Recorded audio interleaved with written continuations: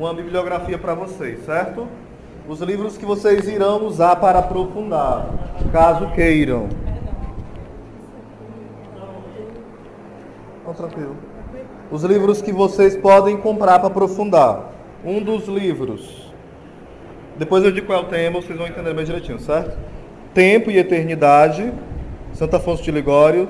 Tempo e Eternidade, Santo Afonso de Ligório. É um dos livros. Tempo e Eternidade. O outro, O Inferno Existe, Monsenhor de Segu. O Inferno Existe, Monsenhor de Segu. O Inferno existe. O Inferno Existe. Esse livro, o prefácio dele é feito por um papa. Então não é conversa fiada. Um papa aprovou tudo que estava aqui escrito, né? Outro livro, muito bom também, aqui sobre o purgatório. O que é o purgatório? O que é o purgatório? Bem, muito bom. Morte, Minha Irmã, Raniero Cantalamessa, pregador do Papa. Claro que é seguro, prega para o Papa, né, homem? Raniero Cantalamessa, Morte, Minha Irmã. Morte, Minha Irmã. Fala também sobre isso, Católicos Perguntam. Fala sobre esses temas que eu vou falar agora, sobre os novíssimos, que eu já explico o que é, e sobre outros assuntos. Essas velhas dúvidas, adora imagem, santo, saranã, né? Coisa que a gente tem que ter muita paciência para conseguir explicar 1000 vezes a mesma pergunta, né? O homem, porque até falar já dá assim, sabe? O homem e a eternidade. Garrigou Lagrange, Reginaldo Garrigou Lagrange. Eu acho bonito falar esse nome, Garrigou Lagrange, né? O homem e a eternidade. É um grande teólogo dominicano que já faleceu. Máximas Eternas. Aqui é um tratado sobre a morte, o céu, o inferno, o juízo particular, o juízo final. Máximas Eternas, Santo Afonso Maria de Ligório. Máximas Eternas. Escola da Perfeição Cristã, também Santo Afonso de Ligório. Escola da Perfeição Cristã. Do professor Felipe de Aquino, tem o livro Purgatório que a Igreja Ensina. Purgatório que a Igreja Ensina. Que a Igreja ensina sobre o purgatório. É do Felipe de Aquino. É um resumo muito bom, é um compêndio. É resumido, mas muito substancial, né? Eu diria, é muito sólido o conteúdo. É um dos conteúdos aí. O Homem e a Eternidade, outra Escola da Perfeição Cristã. A Raquel vai te dar os nomes aí, tá bom? Então o tema qual é? Tem outros, Oséias? Tem muitos outros, só que eu posso dizer no finalzinho, certo? Primeira coisa, esse tema para nós tem que ser muito precioso. Porque às vezes esse tema pode ser para nós precioso porque é curioso. A gente é muito curioso, né? Como será que é o céu? Como será que é o inferno? Como será que é o juízo particular? Essa curiosidade é ruim? Não. Mas se ela for só curiosidade, Eva também teve curiosidade. E deu no que deu, mas a gente se lascou tudinho, né? Todo mundo, né?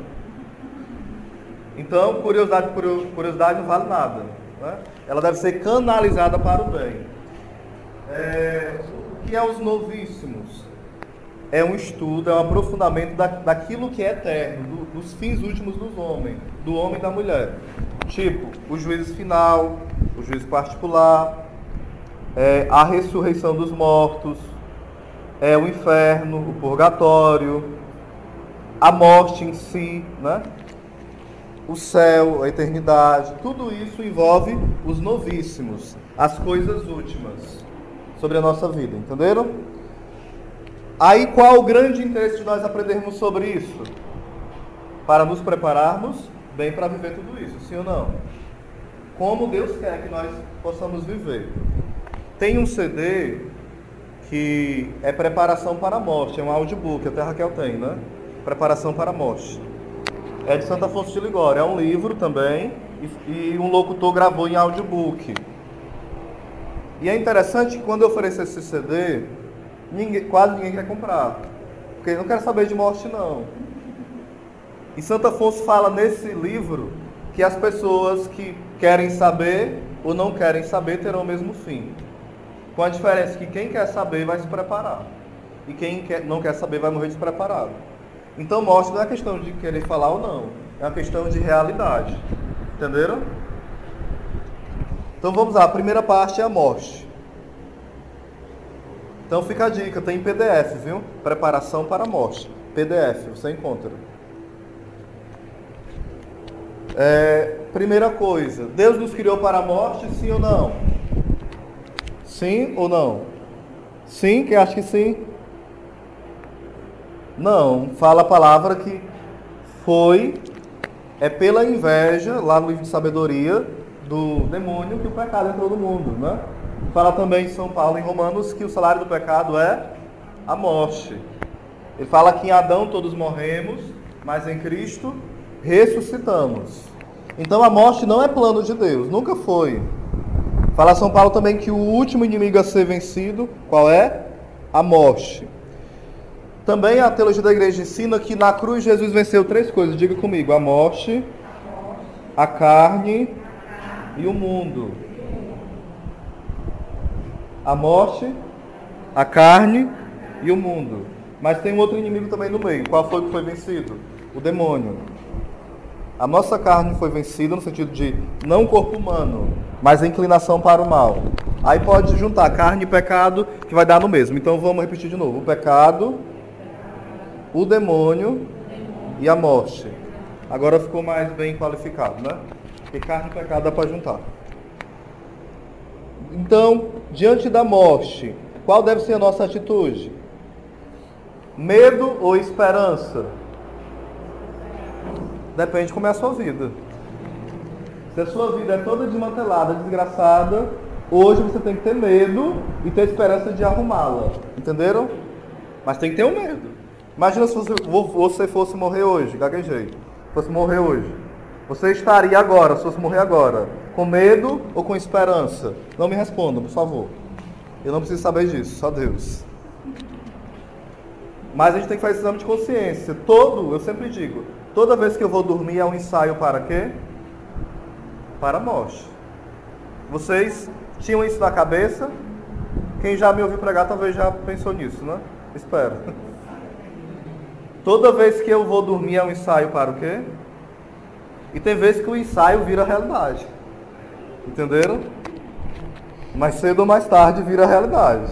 O teatro que a gente faz, a gente vira protagonista mesmo, na realidade.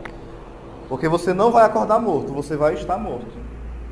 Então é a realidade que a gente tem que pensar. Puxa vida, se eu morresse hoje, o que eu estou levando no meu coração, na minha alma, na minha história, me ajuda a me apresentar diante de Deus? Como? Com alegria ou com medo? Deve ser uma pergunta, entenderam? Então a morte ela é fruto do pecado. Mas quando nós lutamos contra o pecado diariamente, não deve estar sobre nós o desespero. O medo pode haver, porque o medo é normal.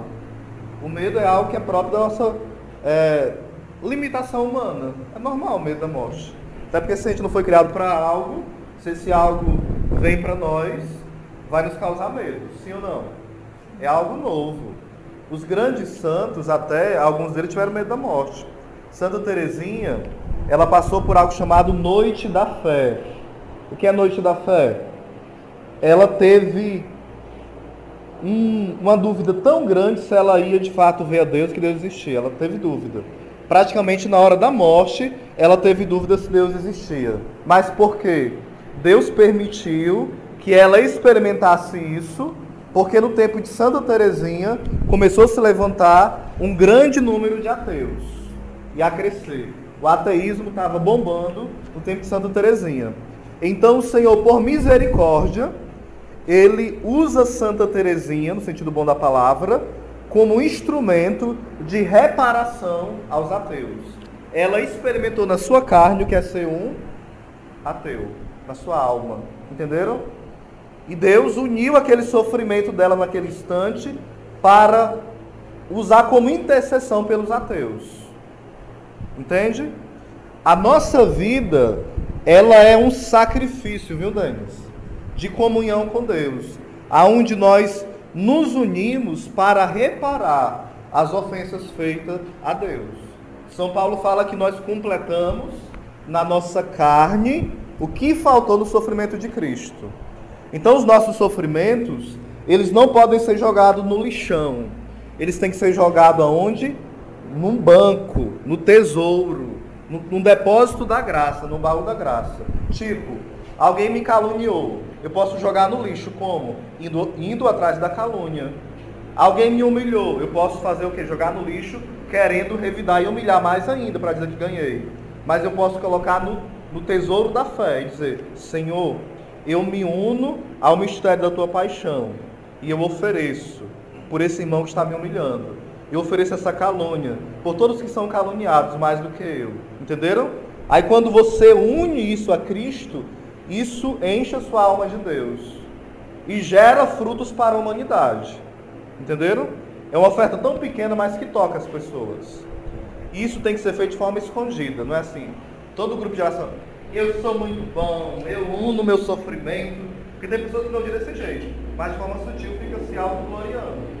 No grupo de oração, nos testemunhos. Não que a gente não possa testemunhar, mas ter cuidado, porque a gente se exalta muito, às vezes, quando vai colocar as coisas. Como se nós fizéssemos sempre demais, entenderam? Ter essa sadia sobriedade no testemunho. Tranquilo até aqui? Então, morte. Logo após a morte, vem o quê? Se morreu.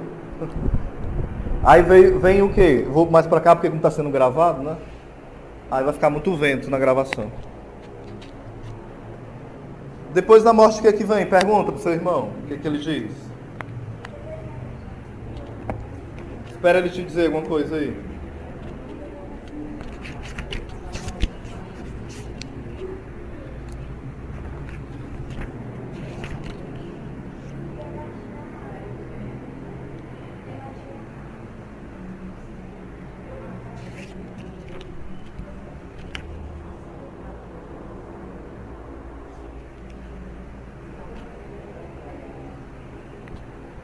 Alguém quer chutar o que acontece?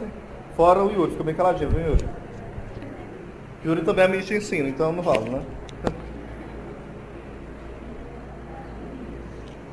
Após a morte segue-se o quê? Tem o quê? O juízo. Diga comigo, o juízo particular.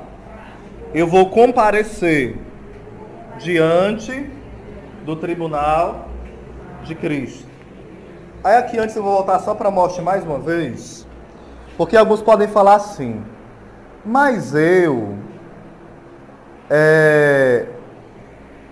posso ser visitado por Deus na hora da morte, sim ou não? Pode sim ou não? Pode. O ladrão da cruz não foi? Tantas pessoas se salvam na hora da morte. Grandes pecadores. Grandes. Porém, tantas mais ainda se perdem, gente. São Gregório Magno fala o seguinte, ó. Aquele que foi visitado por Deus na sua vida e não o reconheceu, como o reconhecerá na hora da morte? Aí ele fala, não o reconhecerá, pelo contrário, ele acolherá os demônios que acolheu durante a vida. Entenderam? Alguém que se acostuma a negar a Deus todo dia com seu pecado, na hora da morte ele está com o coração o quê? Próxima morte? Endurecido. Então só uma grande graça mesmo de Deus para que ele se converta. Vai faltar a graça de Deus? Não. Mas pode faltar a abertura de coração para acolher esta graça. Então é mais fácil ter desespero para uma pessoa dessa do que consolação. Entenderam? Então a gente não pode se confiar também que tem bônus. Como é bônus? Eu caminhei 20 anos na igreja. Hoje eu vou para aquele forró só para desopilar. Beber umas e tal. Dar uns beijos, uns arroxos, uns amassos. Aí você morre na hora do amasso. Mas isso não tem probabilidade. A morte não é probabilidade. A morte é incerta. Entenderam? Mas a nossa prestação de contas com Deus é certa. Então ter esse cuidado. Então, 2 Coríntios 5:10. Porque todos nós haveremos de comparecer no tribunal de Jesus Cristo. Quem vai comparecer? Todos nós. feio, bonito, magro, gordo, ateu, santo ou não santo, todos. 2 Coríntios 5, versículo 10. Aí Santo Afonso, que bota para moer mesmo, ele é forte nas coisas dele. Ele vai falar o seguinte: no juízo particular será um dia de alegria, sim ou não? Depende, mais uma vez. Para aqueles que lutaram contra o pecado, para aqueles que buscaram a vontade de Deus, buscaram estar aos pés dele, é dia de alegria. Porque é o dia de nós beijarmos. Isso eu estou falando de forma mística, viu? Não vai levar do lado do pé da letra, não. Beijarmos as chagas de Cristo, colocar os nossos olhos no olhar dele, sentir mesmo o calor de Cristo que morreu por nós, sentir aquele abraço. Porém, para aqueles que negaram, que não sejamos nós, rezemos e lutemos, fala Santo Afonso o seguinte, e outros santos doutores da igreja. A Alba já ouviu no outro UFB, viu, Alba? Pode não estar lembrado, mas já ouviu no outro. E eu lembro até que falei isso no outro. Estará do nosso lado os demônios nos acusando, os demônios. Do outro lado, isso é uma linguagem mística, entenda, o nosso pecado, ou seja, a nossa consciência.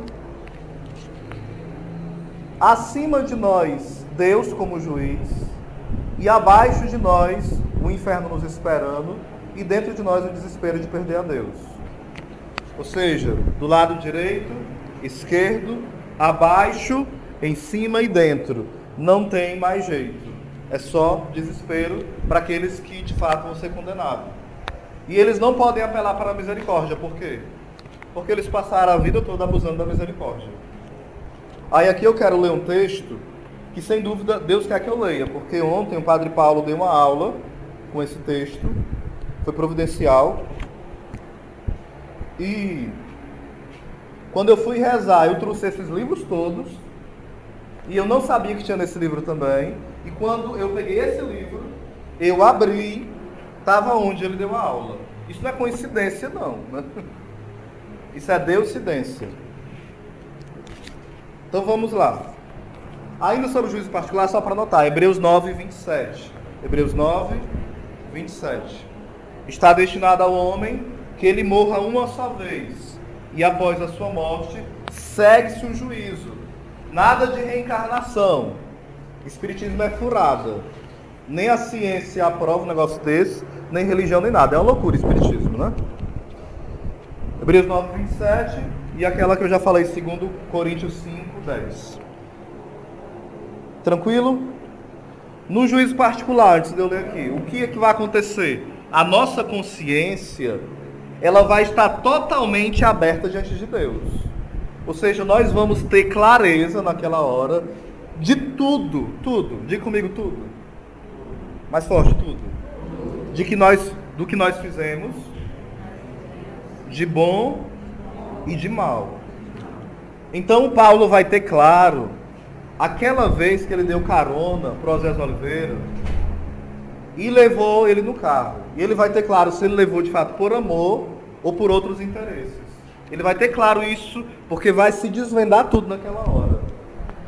Você vai ter claro se saiu do grupo de oração de fato porque não se encontrava no Shalom e o seu lugar era outro. Ou se você saiu porque era um covarde, um egoísta. Tudo isso vai estar claro no dia do juízo. Ou seja, tudo vai estar muito... Nós não vamos estar mais cegos, nós vamos entender tudo sobre a nossa vida. Atos bons e atos maus. Então nós mesmos vamos dizer, eu de fato vou para o inferno. A gente vai compreender naquela hora que merece o inferno ou merece o céu. Vai ter uma compreensão. Por isso que a gente não vai apelar para ir para o céu. Entenderam? Porque vai estar claro, não tem como justificar. A pessoa está com a verdade ali, ó. É o que fala lá em João 8,32, né? Sobre a verdade que liberta. João 8,32. 9,27. Vai ser muito passagem bíblica, viu? Vamos lá. Romanos 2,4. Romanos 2,4. Acaso não sabeis que a bondade de Deus te convida à penitência? Essa passagem eu tenho que ler como está, porque eu achei ela Forte demais. Acaso, Romanos 2,4, não te convida Deus à penitência? O que São Paulo vai falar aí? Eu vou ler na íntegra os versículos logo após. Quem achar aí pode ler na sua tradução, já iremos. Romanos 2, versículo 4. Até agora está entendido, gente? Ou está muito confuso? Está claro igual o dia? Vamos lá. Romanos 2,4. Ou desprezas a riqueza da sua bondade, paciência e longanimidade, desconhecendo que a benignidade de Deus te convida à conversão? Ora, com a tua obstinação, ou seja, insistência em pecar, e com teu coração impenitente, ou seja, que não faz penitência, que não se arrepende, acumulas contra ti um monte de ira, no dia da ira, em que se revelará o justo julgamento de Deus, que retribuirá a cada um segundo as suas obras. Romanos 2,4, eu li até o versículo, deixa eu ver, o versículo 6. Você pode continuar depois, até o 8, viu? Romanos 2, do 4 ao 8. Aí os santos vão nos explicar melhor esse texto. Vai falar o seguinte, ó. Ele vai citar Mateus 13, 24, que é sobre a grande colheita, sobre o trigo, né? O joio e o trigo, Mateus 13, 24. Aí ele vai falar o seguinte: eis o que lemos na parábola do joio. Nela se nos mostra, por um lado, a paciência de que Deus usa com os pecadores. Deus é paciente, sim ou não? Sim. Pelo outro, a justiça que faz cair sobre os obstinados. Obstinado é o que? Alguém que insiste em viver no pecado. Ele persevera no pecado. Ele persevera no mal. Segundo Santo Agostinho fala, o demônio nos coloca dois laços como armadilha: a desconfiança e a confiança. Qual é os dois laços do demônio? A desconfiança e a confiança.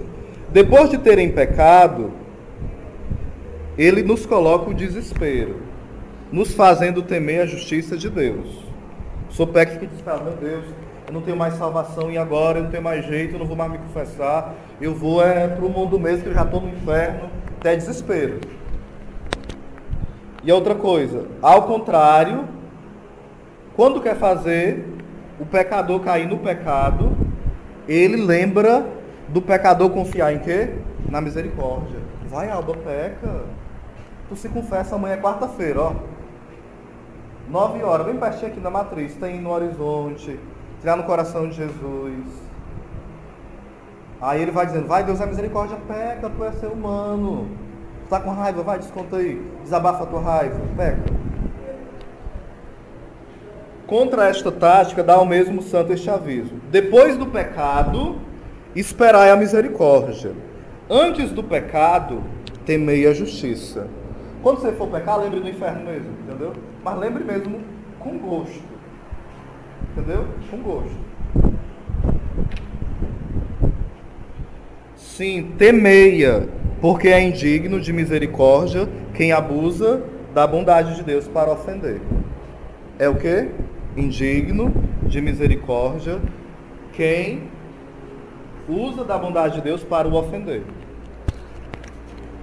Aqui está falando, o tema é o abuso da misericórdia divina. Porque esse ano da misericórdia, gente, ele é salvífico para nós. Só que se a gente não souber viver, o demônio também sabe aproveitar esse tema da misericórdia. Vocês viram?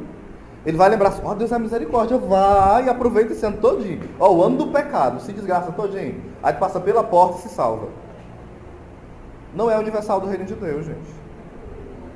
Que pega um salzinho, um sabonete, está tudo resolvido na vida, não.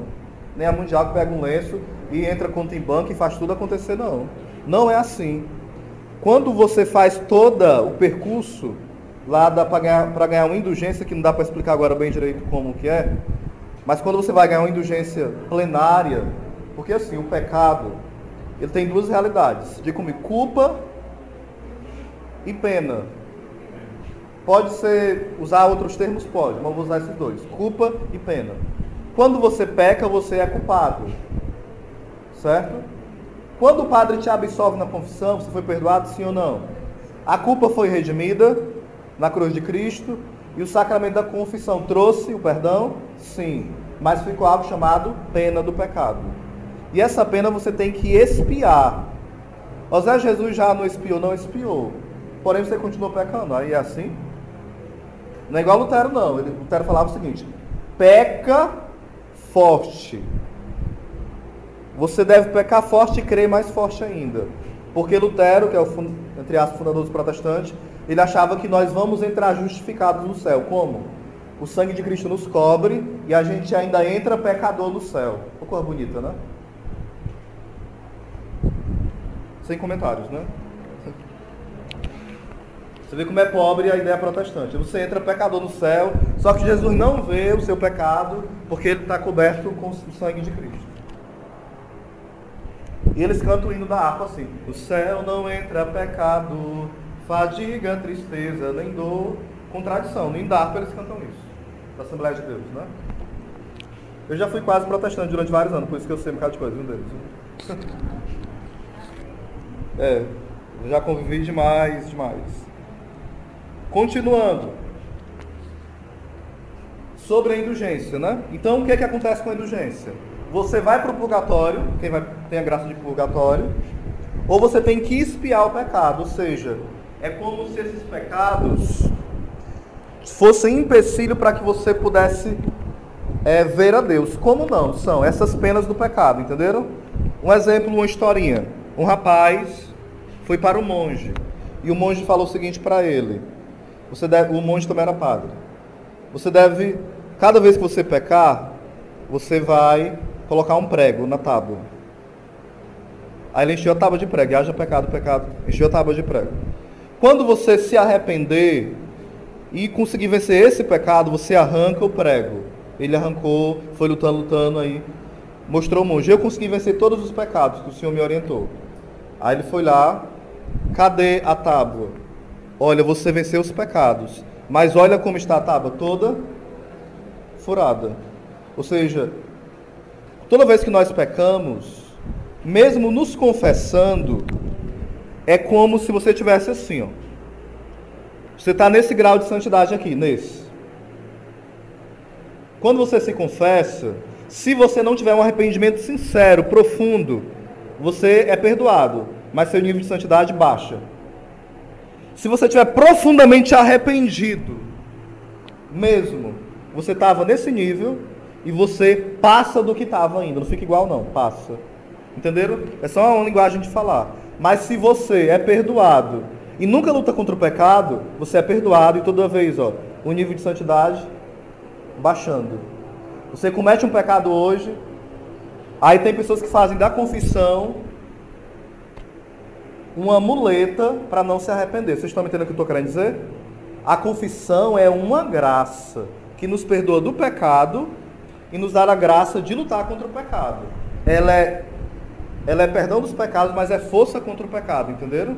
Não é assim: eu pequei, aí todo dia se confessa e não faz nada para mudar de vida, nada. Está sendo o quê? Um sacrilégio, é um pecado dentro do sacramento. Aí voltando ainda do que eu ia falando sobre a indulgência. Então, quando você se confessa, reza pelo Papa, comunga, faz tudo direitinho, você vai passar pela porta. Um exemplo. É só das formas de indulgência plenária, que você vai ter todos, tipo Paulo confessou várias vezes, e ele vai fazer esse procedimento.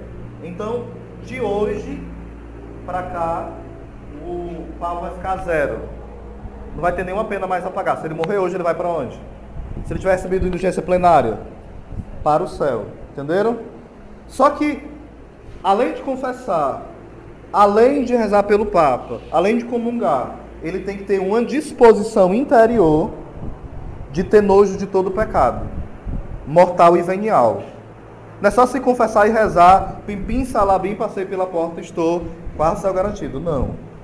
Tem que ter um profunda dor e nojo contra o pecado. Então, se você ainda está naquele estágio, todos nós estamos, de ainda estar meio apegado a algum pecado venial, apegado mesmo, e não tem um propósito firme de deixar todos os pecados, a plenária você não recebe, entenderam? Tem que haver uma contrição mesmo, profunda. Olha como é que eu consigo isso, esse negócio, onde é que vende? Não vende, né? Você pede ao Espírito Santo que te dê uma contrição, uma compulsão, um desejo apaixonado de agradar a Deus, entenderam? Sim ou não? Me deitei muito aqui, mas vamos lá. Depois do juízo final, ou do juízo particular, vai ter o quê? Você morre, aí você vai para onde? Céu, inferno ou... E purgatório existe? Existe mesmo? E onde é que tem na Bíblia? Essa é a pergunta mais protestante do mundo. Aonde é que está na Bíblia? Diga comigo, nunca pergunte aonde é que está na Bíblia. Diga sim. Essa é a fé católica e também tem na Bíblia. E se não tivesse? Eu ia acreditar do mesmo jeito. Entenderam? Porque quem foi que compôs a Bíblia? Foi a igreja? Sim ou não? Você acha que a Bíblia é assim? Como diz o padre Paulo Ricardo, né? Você abriu o céu, assim, aí caiu um bocado de Bíblia inclusive, né? Aí todo começou a pegar a Bíblia. Foi lá das editoras do céu. Não. As pessoas derramaram sangue. Foi um tempo de discussão, de oração, de briga até, dentro da igreja, para chegar a um consenso, ao discernimento, quais eram os livros inspirados por Deus. Foi muitos anos, alguns séculos, entenderam? Na Bíblia, tem a palavra Bíblia? Tem? Tem? Tem ou não? Tem não. Na Bíblia não tem a palavra Bíblia. Você acredita na Bíblia? Mas se a gente for pensar como protestante, devia acreditar, porque não está falando da Bíblia, na Bíblia. Não, mas é a palavra de Deus. Mas peraí, não está falando de Bíblia, não. Tem que falar. Fala de Santíssima Trindade na Bíblia. Fala da realidade, do Pai, do Filho. Mas quem diz que é a Santíssima Trindade? A Igreja Católica. Diz protestante aceita, aceita. Ele fala que é a Santíssima Trindade. Fala de encarnação. Fala não, fala que o Verbo se fez carne. Mas fala que Jesus encarnou? Não. E eles creem na encarnação? Creem. Entenderam? Não tem que ter a palavra. Tem que ter a realidade. Entenderam? Partilha com seu irmão bem rapidinho aí. O que você está entendendo ou não está entendendo. Enquanto isso, a Raquel não vai partilhar. Vai pegar um pouquinho de água para mim. Raquel.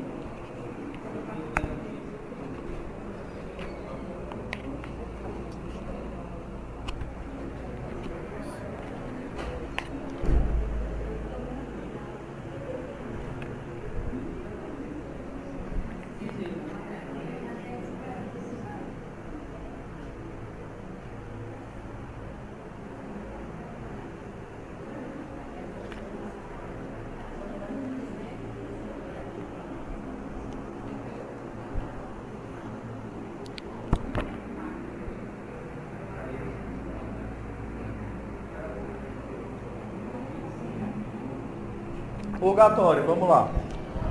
O documento base para todo cristão católico qual é? Diga comigo. A Bíblia e o catecismo. Obrigado. Que catecismo é esse? Não é o que você compra para o seu filho, ele pequenininho assim, aquele bem miudinho, não. É um amarelo, bem grosso, é bem assim, substancial mesmo, forte, né? Você olha, eu sempre digo, só olha para o livro grosso, vê 500 páginas. Eu falo assim, leia só uma, leia hoje. Aí você vai ler outra depois. Fala, eu não consigo ler um livro de 500 páginas, nem eu só leio uma página, duas, né? Sou bruto, né?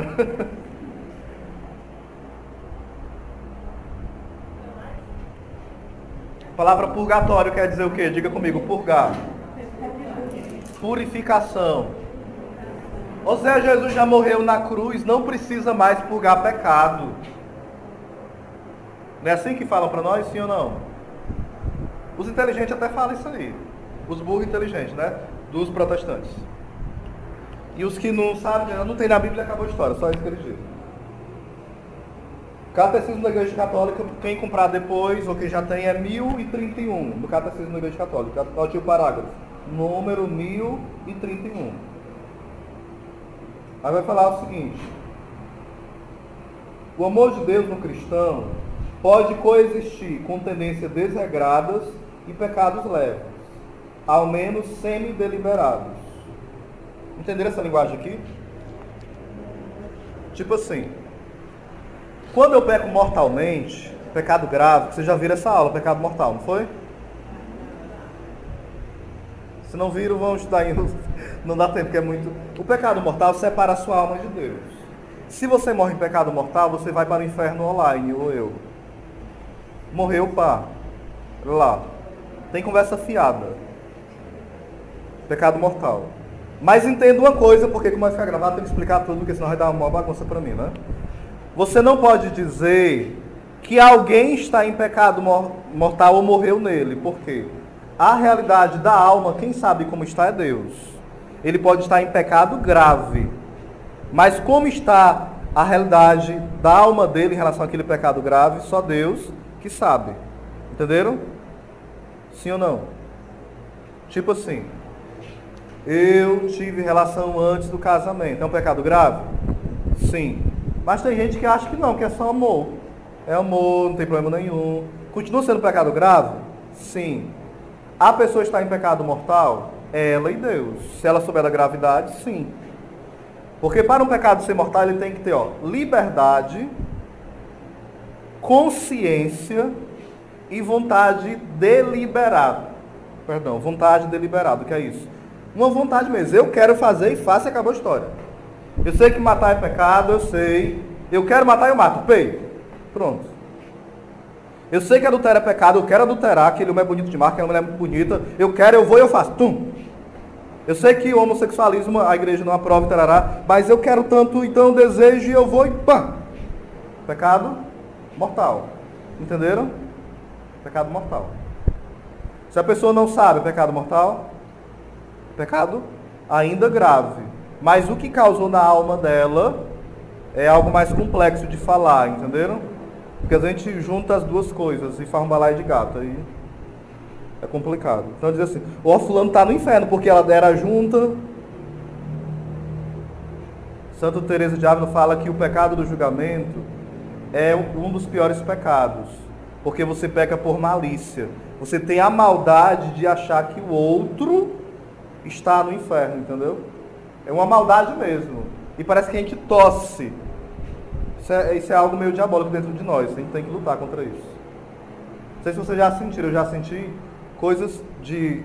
Não sinto isso constantemente, mas já senti alegrias por alguém se ferrar. Isso é o quê?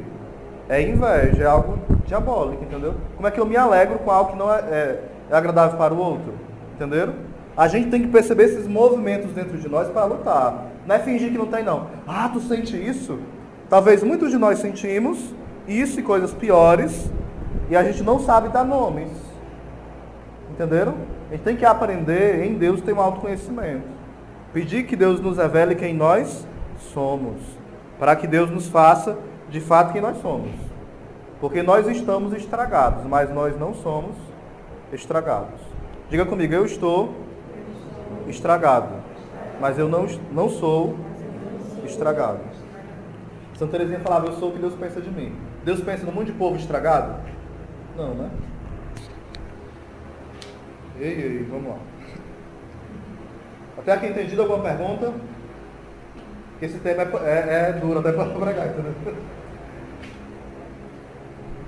Vamos lá. Quando vai falar aqui, eu entrei no pecado mortal, porque fala assim, a alma continua unida a Deus quando ela peca de forma venial. O que é venial? Pecados mais leves, entenderam? E ainda fala assim, quando o pecado é indeliberado. O que é indeliberado? Eu pequei, mas eu não quis pecar aquele pecado venial, apenas acabei pecando. Tipo, o menino chegou atrasado, aí você, em casa, você é furioso, de um palavrão com ele, talvez. Você pegou porque você quis, pensou em dizer palavrão com ele. Quando o Felipe já em casa, eu vou chamar ele disso.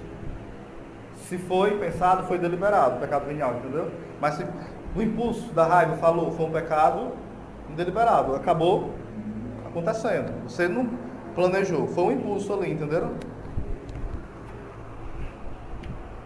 Aí vai continuar. Assim, em todo indivíduo humano, um lastro inato de desordem, egoísmo, vaidade, amor próprio, covardia, negligência, moleza, tudo isso se acha tão intimamente arraigado no interior do homem que chega, por vezes, a acompanhar as suas mais sérias tentativas de elevar-se a Deus e dá a ele o lugar primacial que lhe compete. O negócio difícil aqui, né? Vamos explicar. Ele está dizendo o seguinte: muitas vezes o pecado está tão enraizado em nós que até os atos que são bons nós fazemos misturado com outras intenções. Tipo, eu venho pregar para que alguém me elogie, para que, sei lá, futuramente seja pregado para um canto mais conhecido ainda, para que eu possa bombar na internet, para que, sei lá, tantas outras razões, entenderam? Conseguir ter amizades com alguém que está ouvindo minha pregação e conseguir uma coisa com ele. Às vezes isso é consciente e às vezes isso é inconsciente. Ah, vou dar uma carona a fulano, mas para que alguém veja que eu estou usando meu carro para dar carona. Ou então porque eu tenho uma intenção na pessoa. Alguns são claros dentro de nós, isso aí já é malícia, e outros são sutis, entendeu? Ah, eu quero rezar 2 horas ou mais, porque eu quero ser santo. Mas esse ser santo é ser santo para mim, entenderam? Para que eu seja santo. Eu quero viver o carisma, mas eu quero, aquele eu egoísta mesmo. Não é um eu de doação, de entrega. Vocês estão me entendendo? Então está muito misturado dentro de nós, isso é meio confuso. A vida de oração vai nos fazendo entender melhor isso dentro de nós. Porque isso é muito sutil. Isso é muito sutil. Tranquilo? Aí isso precisa ser o quê? Purificado, sim ou não? Só que nós estamos no mundo que a gente não faz mais penitência, é ou não é? Pra que fazer penitência, rapaz? Isso é coisa do passado. Claro que no passado havia penitências bem grossas, né? Era chicote até sangrar aqui, pá, nas costas. Era de joelho durante 8, 10 horas de joelho, um exemplo. Era pegando um tronco, um exemplo, e passar 2 dias subindo e descendo com tronco assim, né? Penitência braba mesmo. Tinha uns que colocavam pedra na boca, né? Para não falar mal do outro, durante horas e horas, o dia quase todo. Passava dias sem, 1 ou 2 sem tomar água. É cruel, não é? Mas conseguiam. E viviam com amor. Entenderam? Já teve uns que fizeram até uns do loucura, por exemplo, os padres do deserto, né? De passar 2, 3 anos trepado. Não sei como é que conseguiu, não. Não sei como é que comia, não sei me explicar, pergunte não. É Deus mesmo, né? 3 anos trepado num pé de árvore. 3 anos sem descer mais. A gente vai passar 10 minutos, vai gritar pro socorro pelo bombeiro, né? Não? Então eram penitências muito fortes. Mas para quê? Para mortificar. O que é mortificar? Colocar morte na nossa carne. Quando eu bato aqui, mas não é o corpo não. É a nossa inclinação, que se reflete no corpo, entendeu? O corpo é bom. O humano é bom. Ele é uma certa forma de penitência, mas é separado geralmente a penitência e o jejum, entendeu? Mas o jejum também é uma forma de penitência. É uma forma. E certos jejuns mais ainda, né? E cada um deve fazer o jejum que consiga fazer. Você não pode fazer um jejum, por exemplo, começa a ter dor de cabeça aí, grande, enorme, aí tá brigando com a esposa. Que eu conheci uma pessoa que fazia jejum, e ele tinha dor de cabeça terrível, e depois ele não conseguiu ver certas realidades na família. Eu não posso falar para não... Foi gravado, né? Realidades que não favoreciam a santidade dele, entendeu? Então ele teria que evitar esse tipo de jejum, mais doido. Doido no sentido doido por Deus, né? Então hoje, como o mundo não conhece mais penitência, quase, mais ainda é necessário para nós do que o purgatório. Porque esse povo que fazia isso, muitos ainda iam para o purgatório. Entenderam? Imagina a gente que tem uma vida relaxada, cômoda, né? Quer rezar, não fica meia hora de joelho, se senta, aí escora na parede, aí dorme. Aí vai ler o livro, aí só lê deitado. Aí já dorme quando está lendo o livro. É totalmente acomodada, né? Aí sentia dor de cabeça, não fazer mais jejum não, que assistir dor de cabeça. Aí toma remédio, que assistir nenhuma dor mais. É tudo fácil, nada de sacrifício, né? As cadeiras estão ali no chão para ajeitar, fica com raiva. Tem ninguém que a gente sente isso aqui na misericórdia. Aí começa a agitar com raiva. Por isso que vai pra frente, ninguém vem pra cá, só vem os pobres lascados, os ricos não vêm, tudo quebrado aqui, essa miséria. Aí começa, entenderam? Falta em quem? Nós o quê? Penitência. Na língua também, né? Que é duro, né? Você tá querendo dizer uma coisa aí. Eita. Eu acho muito que eu fiz nesse estágio de propósito de não falar mal dos outros mais, né? Aí eu vou conversando no caminho, falta assunto. Difícil. Então fica sem assunto mesmo. Quebra, parece que tá meio vazio essa conversa. Porque a gente querendo ou não, a gente fala mal de forma disfarçada, é ou não é? Ele ficou sabendo, né? Continuando, vamos lá. Purgatório. Aí lá, como é o purgatório, Zé? Como é? Eu não sei, que eu nunca fui. Então vamos continuar. Vamos lá para a Bíblia, certo? Onde é que na Bíblia fala sobre o purgatório um pouquinho? Em Mateus 8:22, tem uma forma implícita de falar disso, sobre a oração pelos mortos. Mateus 8:22. É uma forma o quê? Implícita, não está claro. Tem que fazer uma analogia, ok? Não é explícito, é implícito. Segundo Macabeus 12, do 38 ao 45. Lá vai falar sobre a oração e o sacrifício pelos mortos. Segundo Macabeus 12, do 38 ao 45. Dá a entender a realidade do purgatório. Segundo Macabeus 12, 38 ao 45. 1 Coríntios, capítulo 3, do versículo 10 ao 15. 1 Coríntios, do capítulo 3, versículo 10 ao 15. Anotaram? 1 Coríntios 3, do 10 ao 15. Mateus 5, 48 fala sobre a perfeição, né? Aí vai mostrando que quem vai para o céu tem que passar por essa purificação para chegar também à perfeição. Oséias, a maioria do pessoal que morre vai para o inferno, purgatório ou para o céu? Não sei não. Vocês sabem? Os santos comentam, agora vamos lá, deixar de bagunça, né? Os santos comentam, por exemplo, Santa Teresa, ela via como uma grande chuva, né? Caindo. Várias gotas grossas, e eram as almas que caíam onde? No inferno. No inferno. Teve um santo que viu, teve um grande desastre e milhares de pessoas morreram. E é como se tivesse ido, digamos, 2% para o céu, Deus revelava, mais ou menos 15% para o purgatório e o resto para o inferno. Isso deve nos desesperar? Não, deve nos animar a lutar mais e levar mais pessoas para o céu. Mas sobre o número dos condenados, isso é teológico. O que é teológico? A Bíblia, os santos, nos fazem meditar sobre isso. Quando Jesus fala sobre a porta larga, sobre a porta estreita, vai mostrar, alguns exegetas interpretam o seguinte, que ali Jesus está falando daquele texto, não da salvação geral, entendeu? Ele está falando para aquelas pessoas e para o povo de Deus que deve se esforçar. Ele não está focando o número dos que se perderam, porque Jesus foi perguntado, Senhor, são muitos que se salvam, os que se perdem, né? Aí Jesus respondeu se era muito ou não. Não respondeu. Ele falou, fazei todo o esforço para entrar pela porta estreita, porque são muitos que tentam entrar por ela e não conseguem. Ele falou se era muito ou se era pouco, o número, se é mais condenado, se é mais salvo. Pelo que os santos falam, a grande maioria, a maioria das pessoas são condenadas, certo? E a minoria são salvas. A igreja afirma isso como doutrina, sim ou não? Diga comigo, não. É uma opinião dos santos.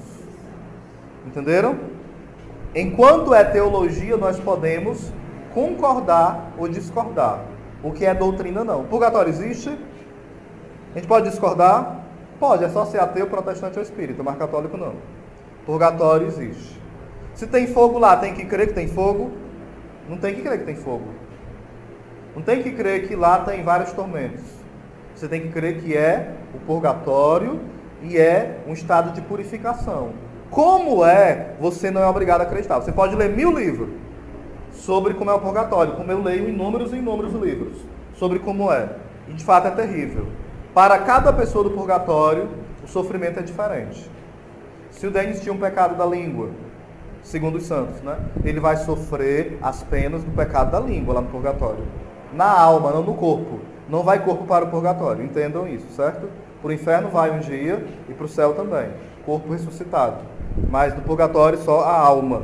Então, quando um santo tem uma visão e mostra como é o purgatório, não é tal qual está dito.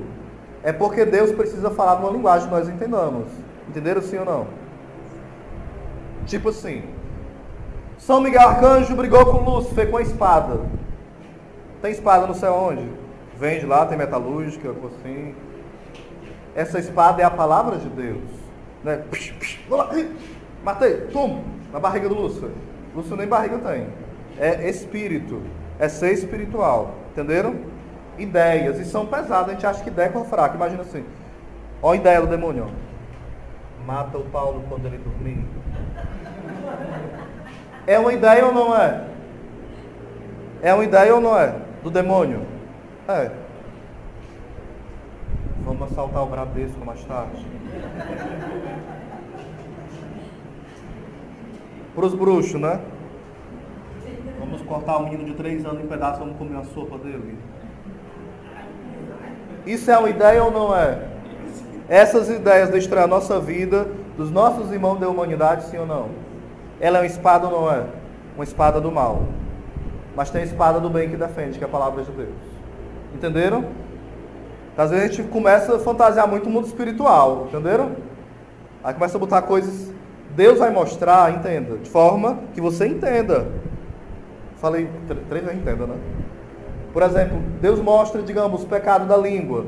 Uma santa vendo o chumbo entrando na pessoa, o chumbo quente, entrando pela boca. A pessoa vai viver isso? Vai, de uma forma espiritual. Entenderam? Não é a alma do chumbo que vai fazer, não. A alma do chumbo que é espiritual, não. Mas você vai ter um sofrimento desse jeito, contra esse pecado. Você era uma pessoa que falava, era muito invejoso, vai ter um pecado contra a inveja. Era muito orgulhoso, vai ter uma punição, uma purificação em relação àquilo. Entenderam?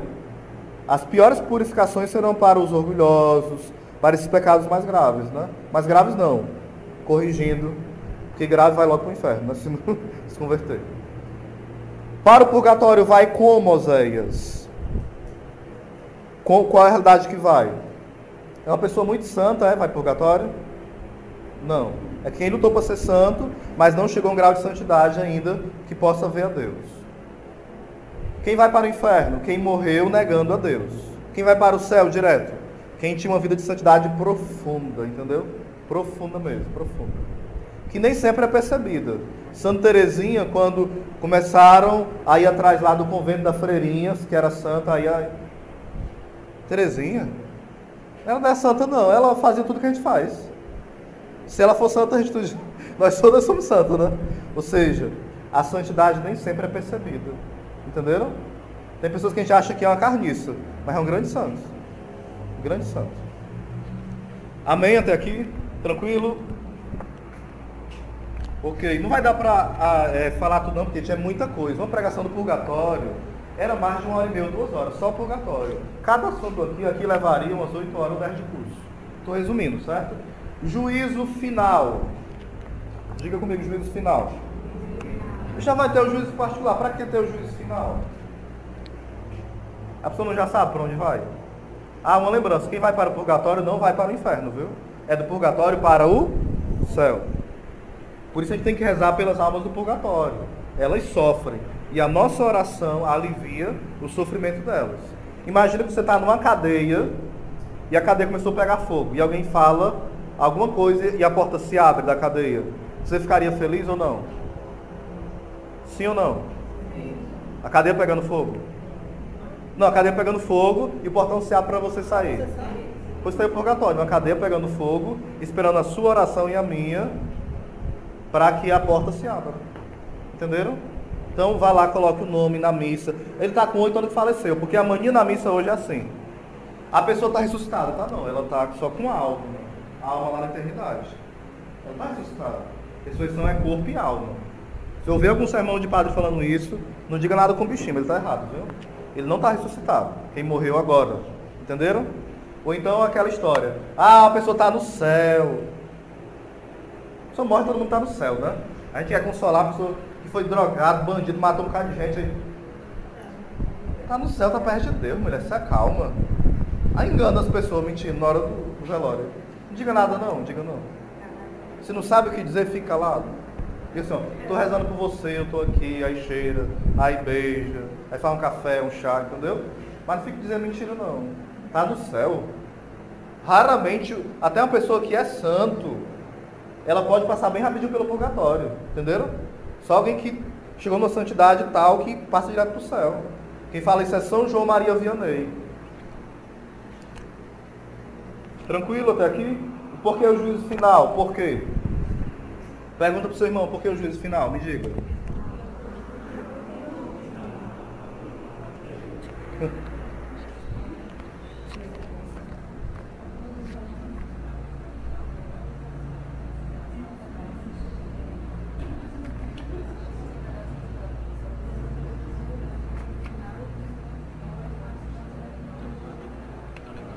Oi? Tá. Pergunta?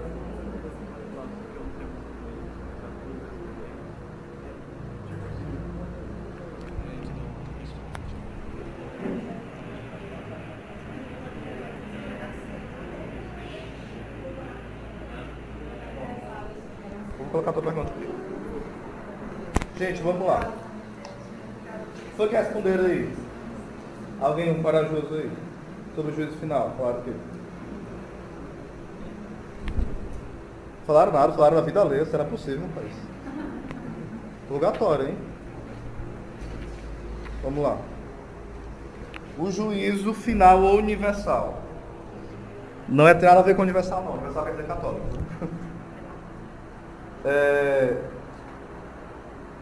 Aqui está citando como se fosse provérbios. Eu não sei se é porque está em latim e às vezes tem citações que não batem. Não sei porquê, eu acho que é a tradução. Mas confira Provérbios 9:17. Vê se de fato é mesmo. Fala, conhecerão o Senhor pelos seus juízos. Conhecerão o Senhor pelos seus juízos. Caso esteja errado, Mateus 25:31. Mateus 25:31. Vai falar sobre o grande julgamento. E tem os bodes, né? E as ovelhas e tarará, o julgamento. Tive sede, tive fome, não me deste de comer, então me deste. Mateus 25:31, seguintes. Por que vai ter o juízo universal já que teve particular? O que acontece, né, Paulo? Nesse tempo intermediário, os santos estão adorando a Deus, intercedendo por nós. Apocalipse 6, Apocalipse 7 e Apocalipse 8. Leia os três que dá certo. Essa história de protestante estar falando que santo está dormindo é história para boi dormir. Eles se baseiam nisso quando fala que os que dormem em Cristo ressuscitarão primeiro, se eu não me engano, 1 Coríntios 15. Porém, é um entendimento equivocado, porque o dormir, quem está dormindo o que é? É os nossos corpos, ou seja, de quem morreu. A palavra cemitério quer dizer dormitório. Então, quem está dormindo é o corpo. Já viu a alma dormir, gente? Não. É algo espiritual. O anjo não dorme. A alma não dorme. Entenderam? Como não morre. Morre no sentido espiritual da palavra. Mas morrer mesmo não. Então vamos lá. Ressurreição geral ou universal. Aí antes eu tenho que falar do juízo. O que vai acontecer, voltando, que eu fugi sem querer. Os santos estão adorando a Deus e intercedendo por nós. As almas do inferno estão sofrendo as penas do inferno já, infelizmente. Como são essas penas, eu vou falar já um pouquinho, que é duro, né? E as almas do purgatório sofrendo as penas do purgatório. Essas três realidades, entenderam? O que está acontecendo? E intercedendo por nós. As almas do purgatório estão sofrendo as penas também. As penas do inferno também variam de pecado para pecado, né? A intensidade aumenta ou diminui, mas é tudo inferno. Continuando. A ressurreição universal existe por quê? Se já foi tudo decidido, que eu vou para o inferno ou para o céu, por que vai acontecer? Por dois motivos. Porque você vai ser julgado com o corpo e com a alma. É tanto que tem um sermão de um santo que ele fala assim, naquela hora, a alma do condenado dirá para o corpo, a alma do condenado. É só uma forma mística de falar novamente.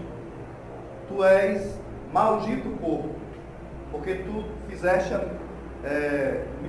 pecar também. A alma dizendo para o corpo, dizendo que ela é maldita. E o corpo dizendo para a alma, você que devia mandar em mim. Começa a briga da alma do corpo, né? Aí depois se juntam e vão para o inferno. Vocês fizeram parceria. É só para dizer que nós pecamos com a alma, mas o pecado se reflete também no nosso corpo. Né? Tipo, eu tive inveja. Eu fiz alguma coisa com o meu corpo, eu pequei na minha alma se alimentei inveja. Eu olhei com olhar impuro para alguém e alimentei. Mas eu fiz algum ato com o meu corpo, além só de perceber assim, olhar? Não, mas dentro de mim eu pequei com a alma, entendeu? Então, para que é o cearense mesmo? Para que é a ressurreição geral ou universal, o julgamento? Diga comigo, para ser colocada toda a justiça. Falando de justiça, perguntaram não, Jesus foi perguntado por Santa Faustina, Senhor, por que você não exerce justiça? Assim, porque Jesus não fazia algo diante de tudo que aconteceu nesse mundo hoje, algo assim mais duro, né? Aí o Senhor falou o quê?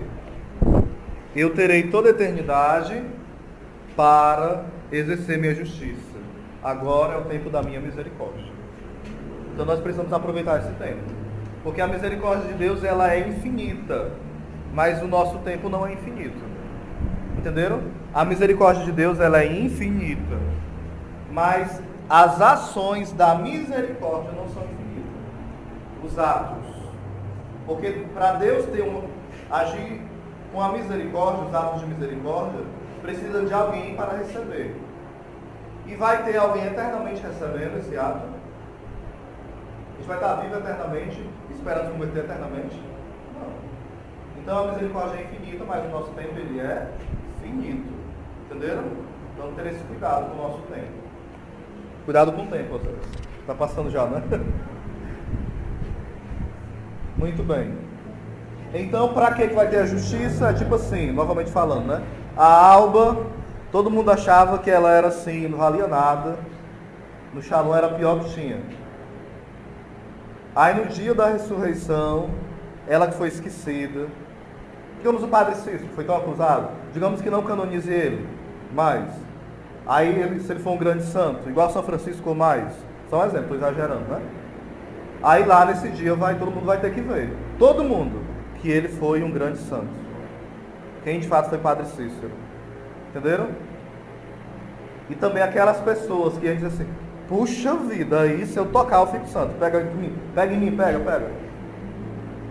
E a gente vai ver aquela pessoa podre, com o corpo ressuscitado podre, indo para o inferno, porque era só sepulcro caiado. Entenderam? Então toda a justiça, tanto para os bons como para os maus, será deposta ali, porque Deus já sabia, mas as pessoas precisam também ver aquilo.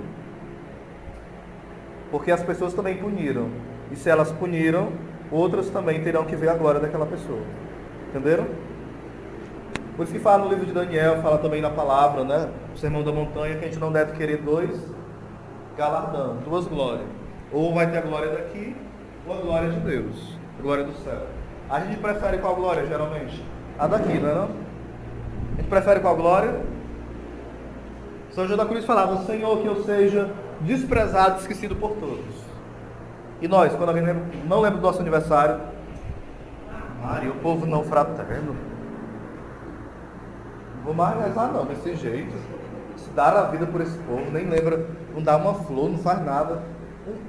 Gente, nós perdemos. Com simples ligação. Nós perdemos a oportunidade.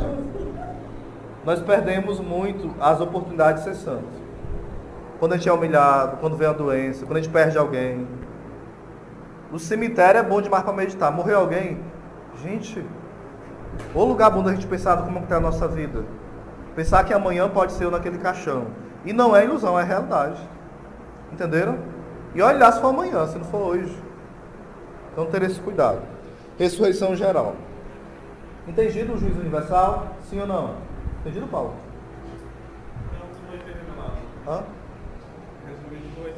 Como diz Jesus, né? Aquilo que está escondido será colocado às claras. E nos que vos fala aos ouvidos, vocês devem falar nos telhados. Isso simboliza a evangelização, o evangelho, mas de uma forma mística também, que aquilo que está escondido hoje dentro de nós, que a gente faz só por máscara, vai ser revelado um dia. Então, uma grande arma para que isso não nos pegue de surpresa, uma confissão boa. Porque o demônio não pode nos acusar, se a gente já confessou um pecado. Ah, eu matei 3, mas confessou bem direitinho, arrependido? Não matou ninguém. E é fácil assim, ó Zé? Graças a Deus que é. Graças a Deus que é. Ah, mas não é justo para quem morreu e tarará. Aí você fala com Deus, né? Porque se você se achar numa cadeira acima de Deus para julgar o que ele faz justo e de injusto, a quem ele perdoa, a quem ele não perdoa, se colocar igual já acho perigoso, e acima para julgar Deus. Ah, se eu fosse Deus. Se eu fosse, você não é, filho do seu canto. Se eu fosse Deus, não é. Era isso que Eva pensou. Se eu fosse Deus, aí sim. Hã? Tranquilo até aqui? Alguma pergunta? Purgatório, juízo particular, juízo final. Ressurreição. Eu estou falando rápido porque é muita coisa. Ressurreição. Como será? Ah, sim, tem a questão da segunda vinda de Jesus que entra na ressurreição, né? Vou pegar aqui o Dom Estevão. Ele já faleceu, mas um grande teólogo. Cadê o católico que se perguntam, hein? Está aqui.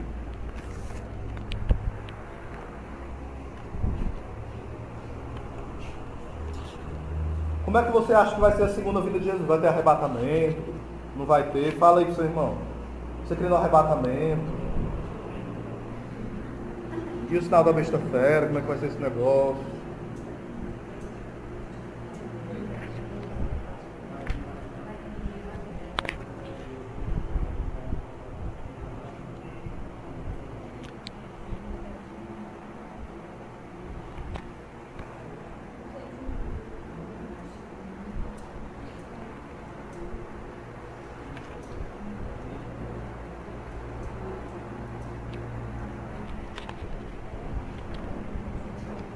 Pronto.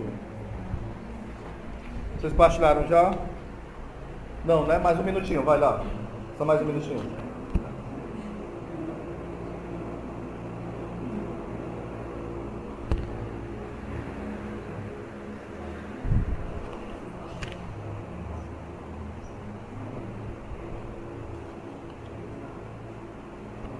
Foi.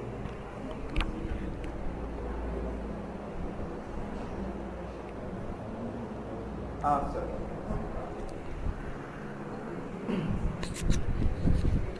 Eu queria que a Alba me explicasse, porque eu não sei essa parte, viu, Alba? O que é o Amagerdon que o sistema de fala? Sério mesmo, eu não sei. O Amagerdon, o que seria? Mais ou menos assim.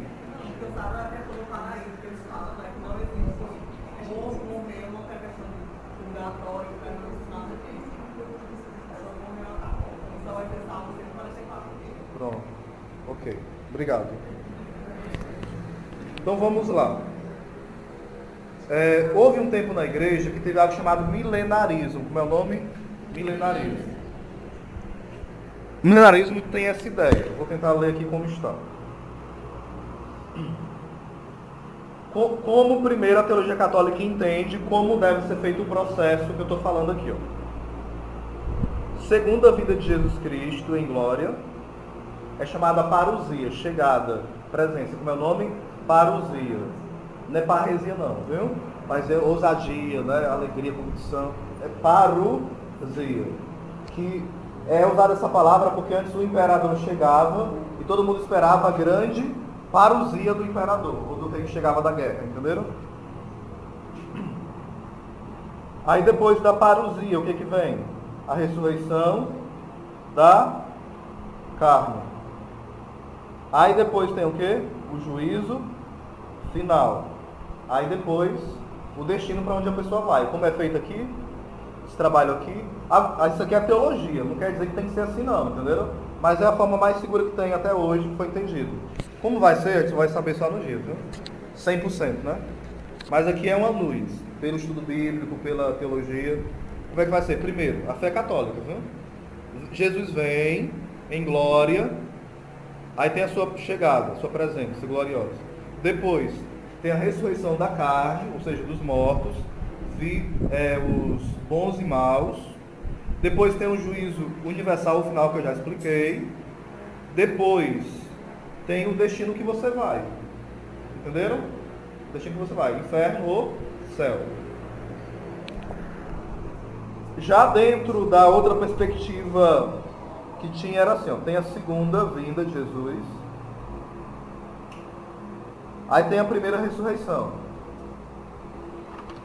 Aí depois tem o juízo universal. Aí vai passar 1000 anos com Satanás preso, como fala Apocalipse.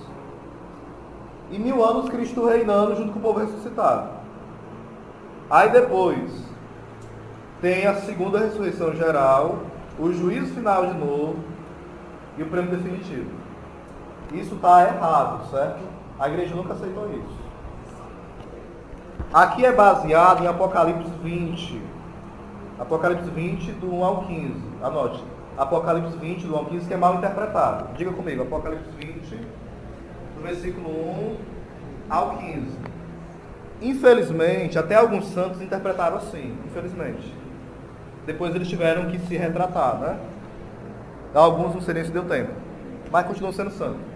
Eles achavam o milenarismo. E de fato, Jesus viria, ressuscitaria os bons, e durante 1000 anos, é 20, do 1 ao 15. Aí esses 1000 anos, ia ter um tempo de bonança, o Satanás ia ficar preso, aí depois ia ter um tempo de tribulação, aí ia ter outra chance para o pessoal se salvar, aí tarará, entendeu o negócio meio doido aí? Mas é assim que os protestantes, a maioria deles, pensam, que vai ter 2 ressurreições, porque nesse texto fala sobre a segunda ressurreição. Como é que a igreja explica, então, que segunda ressurreição é essa? Qual é a primeira ressurreição? Diga comigo, a do batismo. E a segunda? A geral. Entenderam? Que é todo mundo. Então, por um texto só, os protestantes fazem uma teologia errada. Por um texto. Eles interpretam o Apocalipse de uma forma muito equivocada. Apocalipse é um livro muito sutil. Se você não souber ler, você endoida os olhos e ensina errado. Então você tem que fazer um estudo. Quem quiser, eu tenho depois esse material de Apocalipse, né? Em DVD e em áudio. Quem quiser fazer estudo bíblico, pode depois me procurar, certo? Tranquilo, sim ou não? Como será a ressurreição? Os corpos. Como serão os corpos? A gente vai ficar velho, vai ficar novo, vai ficar bonito ou feio, careca ou não careca, calvo ou não calvo, buchudo ou delgado, banguela ou não. Esses detalhes não se entram. Porém, o corpo ressuscitado, ele vai estar sem imperfeições. Vai estar nu ou vai estar com roupa? Vai estar as duas coisas. Nós vamos estar nu porque existe a pureza. Mas vamos estar vestidos porque a luz de Cristo nos cobre. Então não tem nudez. Então é um mistério, entendeu? Está nu e está vestido. Então não tem pecado. É mais pureza do que quando Adão e Eva estavam no paraíso. Muito mais. E a glória que cobre a pessoa. Ela é revestida. Aquilo que reveste ela não é uma roupa que mandou encomendar lá no céu, não. Tem a costureira, olha, tá aqui, a sua roupa chegou, olha, tá aqui. Mandei botar uma luzinha nela. Não. É um mistério que envolve a pessoa. Entenderam? Eu brinco assim porque a gente fala assim um bocado de coisa meio doida, né? Ah, eu vi fulano aparecer, fulano apareceu de chapéu e tudo. Levou o chapéu, foi? Aí ele apareceu com aquele chicote que ele tinha sempre. E o chicote não tá lá no baú, criatura? Como é que ele apareceu com o chicote? Baixei aí de novo. Sobre como é que você acha que vai ser a ressurreição, tá bom? Sobre a ressurreição, partilha aí.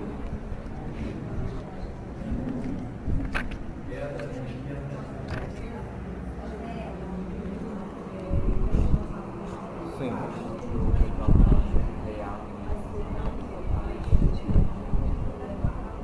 Como a pessoa está? Eu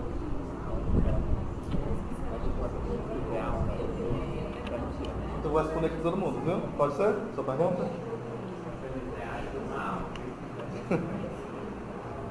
Porque eu acho que é interessante para todo mundo ouvir. Eu deveria ter tocado nesse assunto.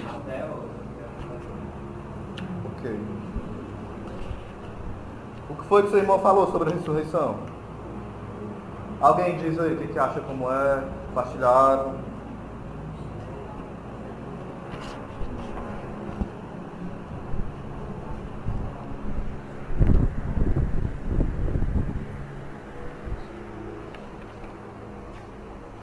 Alguém quer falar?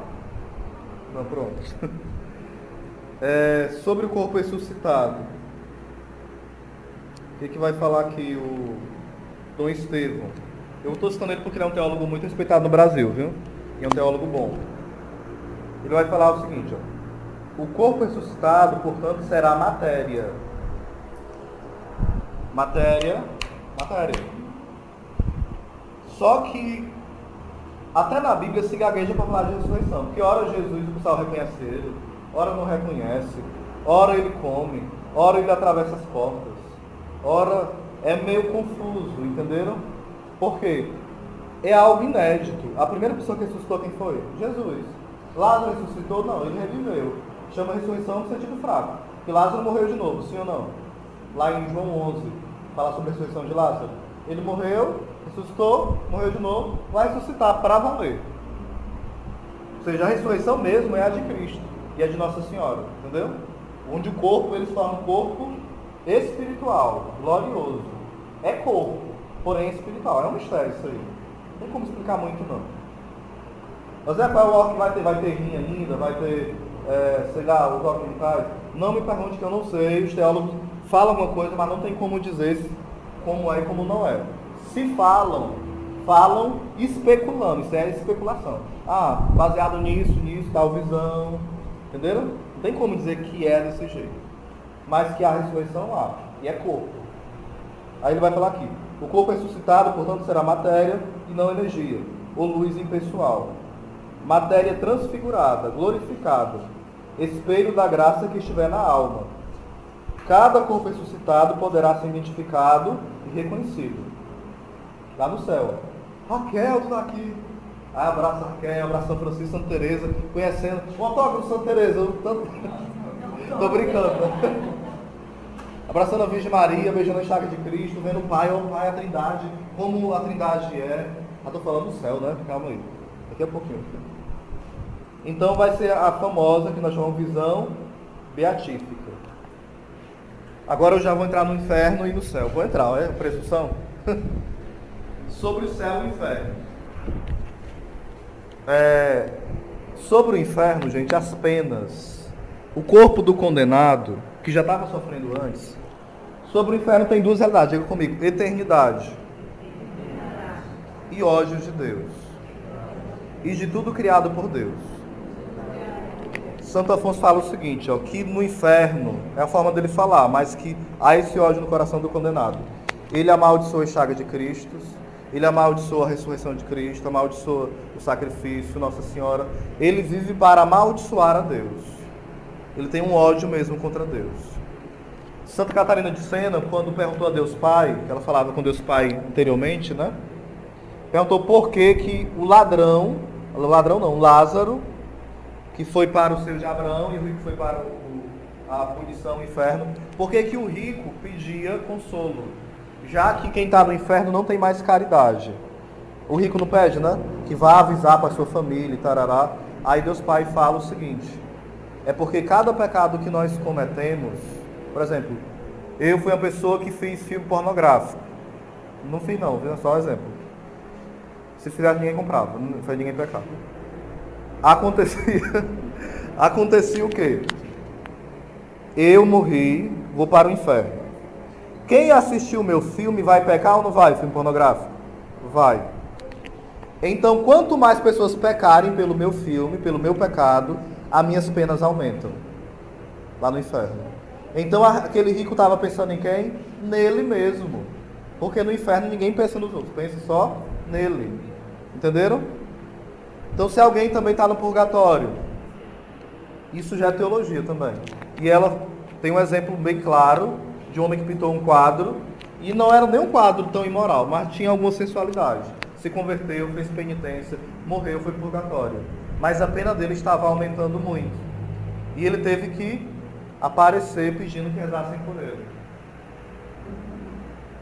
Aparecer por quê? Estava aumentando as penas dele. Aí, como muitas pessoas rezaram por ele, ele conseguiu ir logo para o céu. Porque o purgatório eu chamo que é a antessala do céu. A noiva está aqui, ó. Aí ela, por culpa própria, fica distraída com a lama e mexe com a lama e pá, escorregou na lama. Aí ela tenta se limpar um pouquinho, mas ainda fica suja. Ela tem que ir para onde? Para a sala, se limpar, colocar o vestido de novo e se perfumar. Ela vai encontrar com quem? Com o noivo. Ou você sendo a noiva, se sujou de lama, você ia encontrar a noiva desse jeito? Com lama? Ia? Você ia primeiro se limpar. Então a alma do purgatório, ela passa pela antessala. Aí ela vai passar ali pelo salão de beleza antes do céu.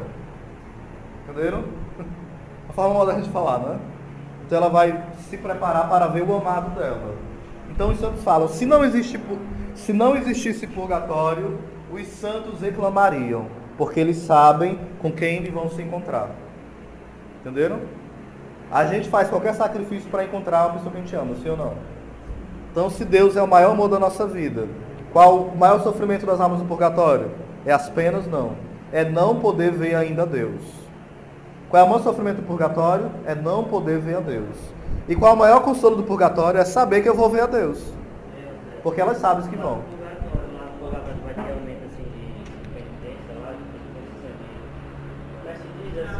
De punições lá no purgatório. Por exemplo, assim, Deus respeita o purgatório. Aí lá vai ter mais assim, como é que eu posso dizer? Vai ser. Sim, graus assim. Tipo assim, ele sofre uma pena bem grande, tu sofre maior. Vai ter. Mas lá pode aumentar essa pena lá. Isso não é fé, isso é teologia. Entenda uma coisa, fé está definido o que é e pronto, acabou a história. Quem não crê está saindo da fé católica, entenderam? Não é que é obrigado, mas é obrigado se for católico. Para ser católico é. Obrigado no bom sentido. Esse ventilador é ventilador, sim ou não? Mas se ele começar a engomar roupa, ele é ventilador? Se ele começar a engomar roupa? Não, ele continua sendo ventilador, mas sem a função de ventilador. Concordam comigo? Então tem que ter a função. Se você perde a função, voltando pro seu lado aqui. Se você é católico, se você não crê na Virgem Maria, na Trindade, você é católico? É? Você deixou de crer em Maria Santíssima de Santos? Não é. Entenderam? Católico ele tem que ser o quê? Completo. Diga, católico é kit completo. Eu posso ter dúvida em vários aspectos, posso. E eu vou crescer para aprender. Mas mesmo sem ser explicado, eu creio já, entendeu? Os santos intercedem? Sim, a igreja diz sim, eu creio. Não entendo, então eu vou estudar para entender. Purgatório existe? A igreja fala que sim, então eu creio.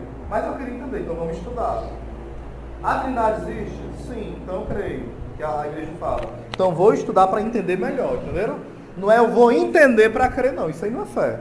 Se eu for entender para crer depois, não, a fé eu creio, depois eu vou procurar entender um pouco daquilo. Que nunca vou entender completo, que é um mistério, só no céu. Aí voltando para a sua pergunta. Pela teologia, de fato, é explicado que pode aumentar as penas. Pela fé, o fato é que tem penas. Tem, de fato, como são, a igreja não define. No caso, no Concílio de Trento, no Denziger, é um livro bem grande assim, maior que o Catecismo. Todos os concílios da igreja que teve, reuniões da igreja, né? Para decidir algo, dogma. Fala que quando for se ensinar sobre isso, cuidado. Nós não podemos ensinar demais determinadas coisas para não confundir a cabeça do povo simples e dos fiéis. Eu poderia pegar o livro aqui do Purgatório e começar a contar vários casos. Vários. E as pessoas gostam disso, entendeu? Só que, se eu não contar o essencial, você aprende os casos e não aprende o que a fé da igreja diz. O que a igreja diz sobre o purgatório? Que ele existe. E que vai para lá quem está em estado de graça. Quem está em pecado mortal não vai para lá, entenderam?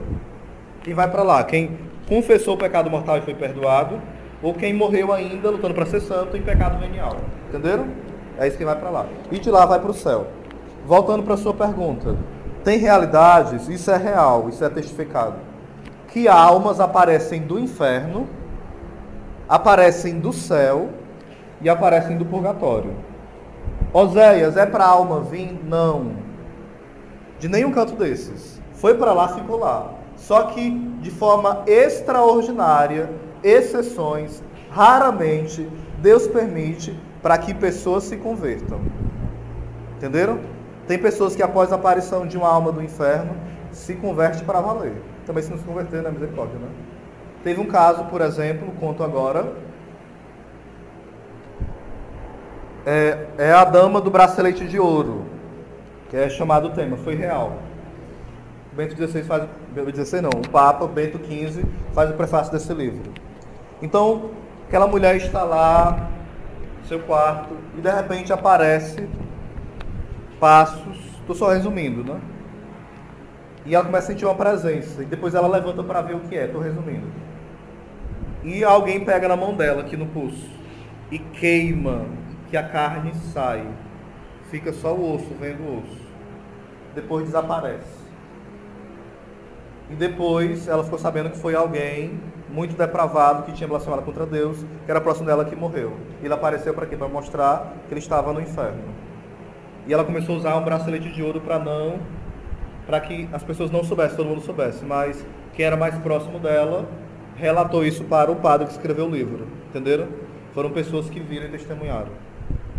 Essas realidades são comuns? Não. A Raquel até sabe de uma que a gente nem pode falar, né? Aquela lá, né? Que é bem pesada, parece coisa de igual essa, né? Bem pesada mesmo. Hã? Pronto, aí eu quero explicar essa parte aqui, ó. Se a alma, de fato, a alma que aparecer, geralmente ela pede oração, ou se for do inferno, ela não pode mais pedir oração. Apenas Deus permitiu para que a pessoa se convertesse. Ou então que as pessoas saibam que existe o inferno e temam ir para lá. Aí... Mas tem realidade, de aparição, eles causam medo nas pessoas, Isso. né?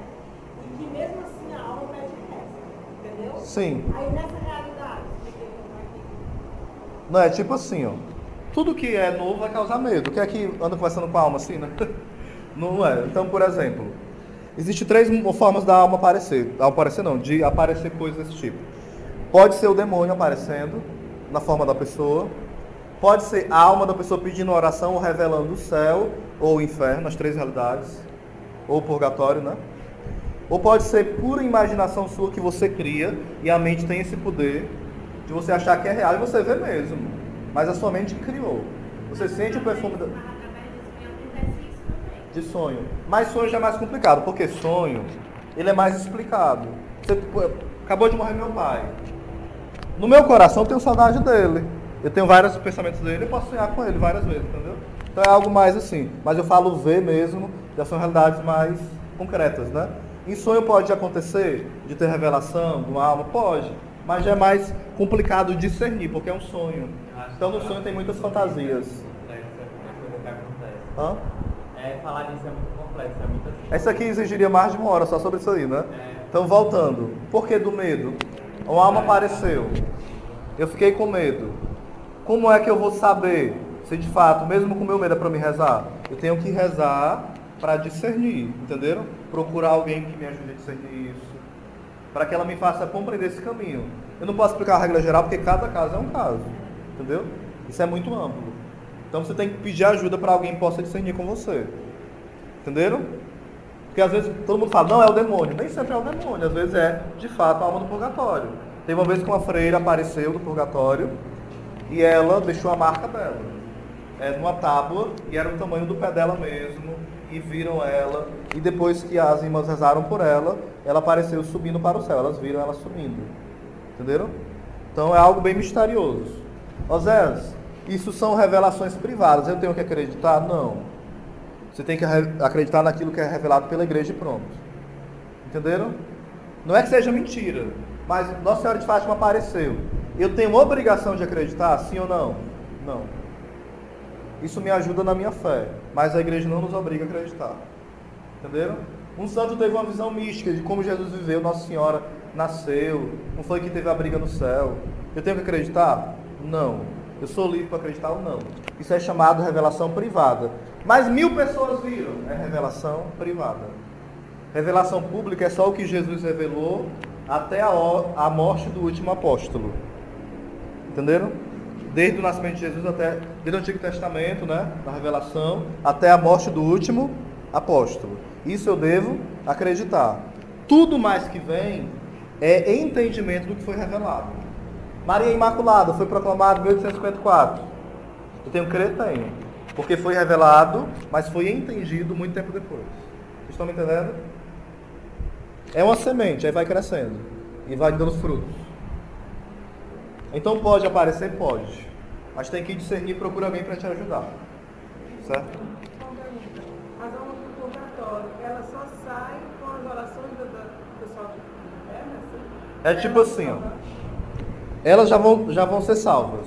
Certo. Independente de que... Porque ela já sofrendo, vamos dizer que ela já sofrendo. Mas como é que ela vai fazer com as orações? Com nossas orações, exatamente. Com as nossas. Então ela só vai ficar lá sofrendo. Isso. É. E elas podem interceder por nós também, detalhe, certo? As almas do purgatório intercedem por nós. Só não pode interceder por elas mesmas, entendeu? Por isso uma indulgência você oferece por quem? Por você ou pelas almas do purgatório. Eu não posso oferecer uma indulgência pela Raquel. Não posso. Posso rezar para que ela se converta. Entenderam? Que ela receba a graça de Deus. Mas indulgência eu não posso. Porque, tipo, os pecados delas podem ser perdoados por Deus, mas as penas ela tem que querer, entendeu? Não é eu que vou oferecer por ela tem que oferecer.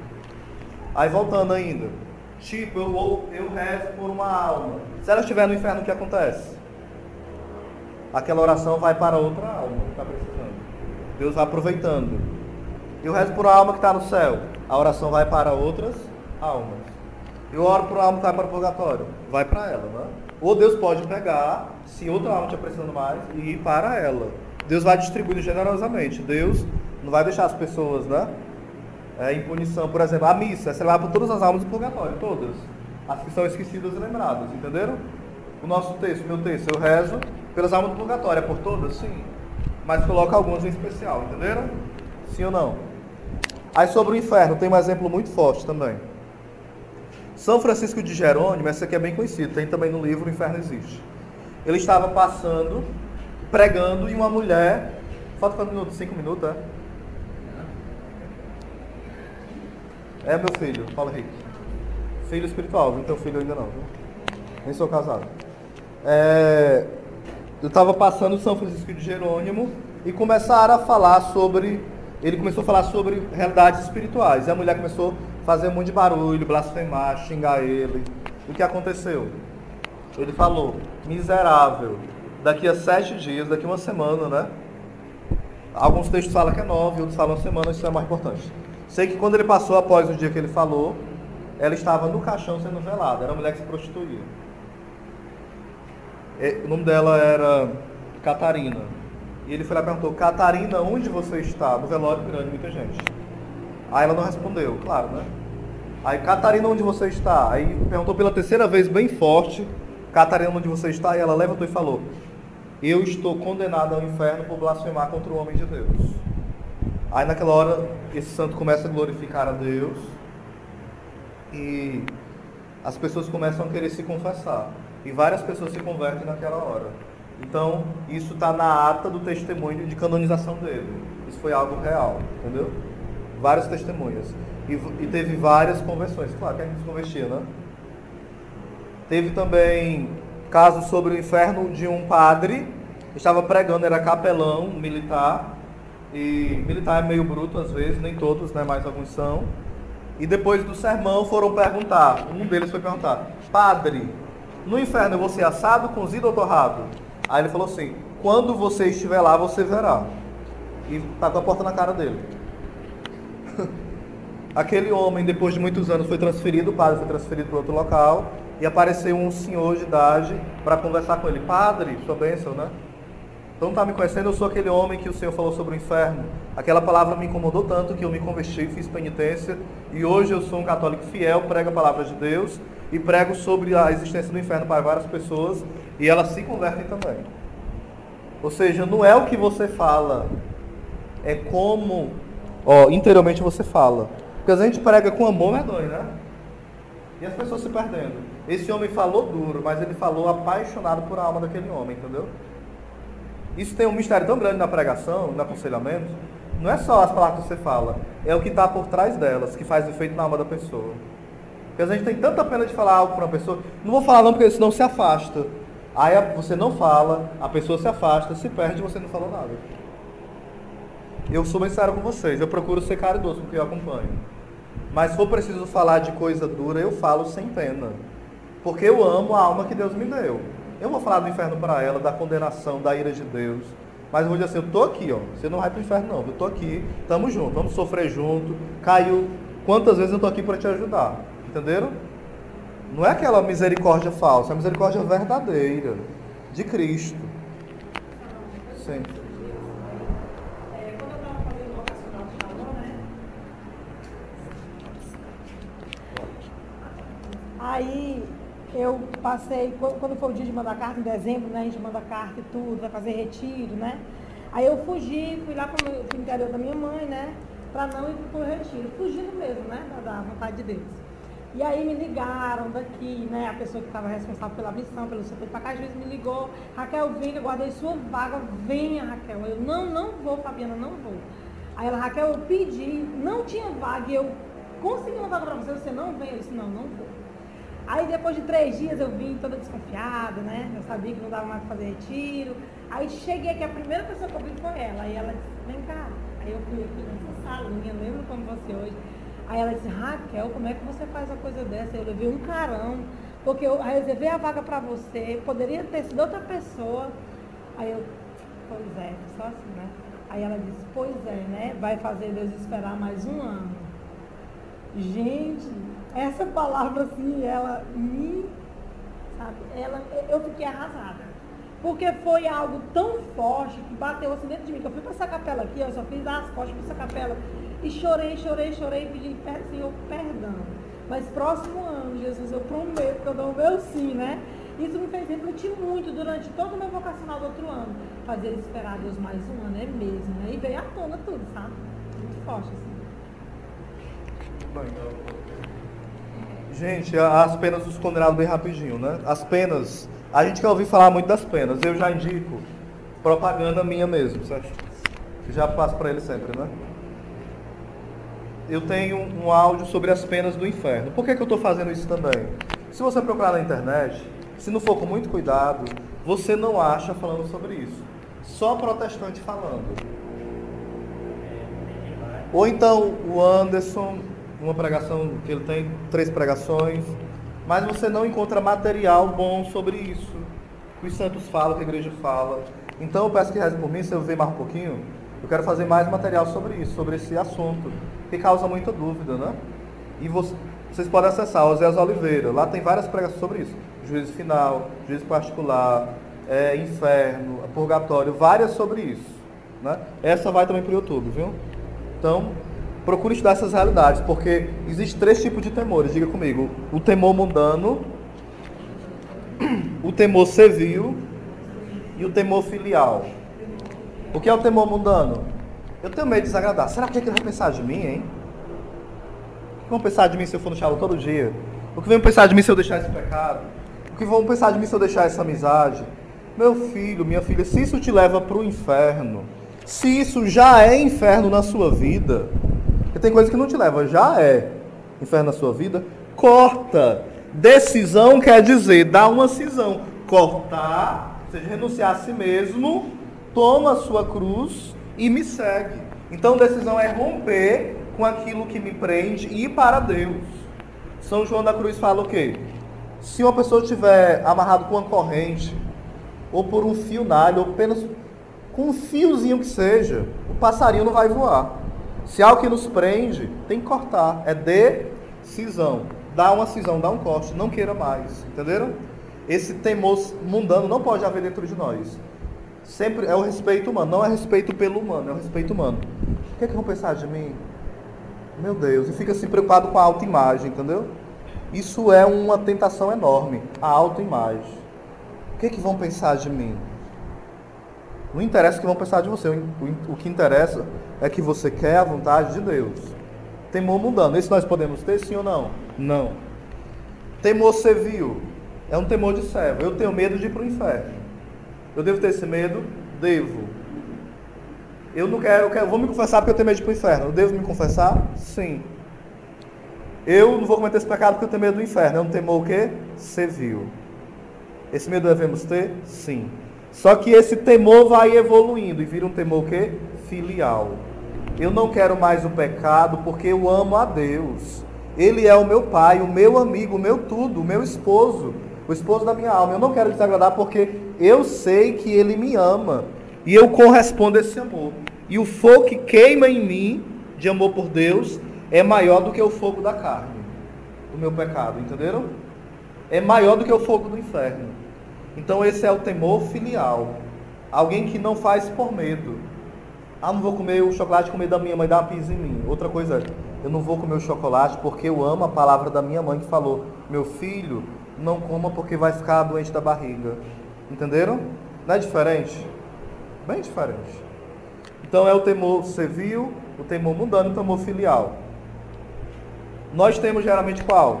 Os primeiros dois, né? O mundano, a gente quer sempre agradar os outros. Esse é o mundano, é terrível. O servil, que devemos ter no equilíbrio. Mas o principal que devemos pedir a Deus qual é? O temor filial. Eu não quero ir para o inferno porque lá eu estarei longe do meu amado. Aí Santa Teresinha fala: Senhor, se preciso for, eu iria para o inferno para que lá houvesse uma só alma que te amasse. Ela falou isso como poesia ou como verdade? Verdade. Ela sofreria as penas do inferno contanto que ela pudesse contemplar Deus. Entenderam? Tem uma santa que ela passa assim, ó, ela passa com um balde. Vocês conhecem essa história, eu acho. Um balde de água e uma tocha de fogo. Aí pergunta: você vai para onde? Era uma santa, não me recordo o nome dela. Aí ela fala o seguinte: eu vou apagar o fogo do inferno com essa água e vou incendiar o céu com esse fogo, para que as almas não temam o inferno por causa do fogo e não queiram o céu por causa dos gozos. Queiram a Deus por causa de Deus. Entenderam? Nós devemos querer a Deus por causa de Deus. Fala Santa Teresinha o seguinte: Senhor, se o meu interesse por ti for só o céu, eu não quero mais o céu. Ou seja, é um amor assim que é inexplicável, né? Parou falar de inferno. São Bernardo de Claraval fala o seguinte: o corpo de um condenado, se fosse lançado no mundo, apodreceria o mundo todo. O corpo de um condenado. De um condenado. É algo terrível. Quem está no inferno? Os condenados e os demônios. Tem jeito para eles? Não. Inferno é inferno. Deus ama os condenados, sim ou não? Sim. Deus ama os demônios? Sim. Ama o que eles praticam? Claro que não. Né? Vamos falar do céu, só para terminar, 5 chaves de ouro. São Pedro de Alcântara, ao pensar no céu, ele agarrou uma árvore e ele começou a ficar, ele recebeu o dom da levitação, ele levitou, né? E a árvore foi embora com ele, arrancou as raízes e tudo. São Pedro de Alcântara, contemporâneo de Santa Teresa de Ávila. Ele pensando em ser agarrado com a árvore, né? Pensando em Deus, não era adorando a árvore como fazem hoje não, alguns, né? E a árvore se arrancou e ele subiu, quando ele percebeu, baixou, tinha subido e descido, pensando no céu. Um dos santos que mais pensou no céu, São Francisco, né? De tanto pensar no céu, que foi que o Senhor mostrou para ele? Que ele já tinha o céu garantido. Você já tem o céu garantido? Pelo sacrifício de Cristo, sim. Mas você tem certeza que vai para o céu? Eu não tenho. Não tenho. Nenhum de nós tem. A teologia católica ensina para nós uma tensão. O protestantismo ensina o quê? Uma certeza meia doida. Eu vou para o céu e pronto, aí eu sou salvo, não tem perigo mais de eu me perder não, já aceitei Jesus. Então é uma presunção da salvação. Se presumir salvo. Nós somos salvos, sim. Mas nós vamos ser salvos? Depende de você. Santo Agostinho fala: Deus que nos criou sem a nossa colaboração, não nos salvará sem a nossa cooperação. Eu preciso querer.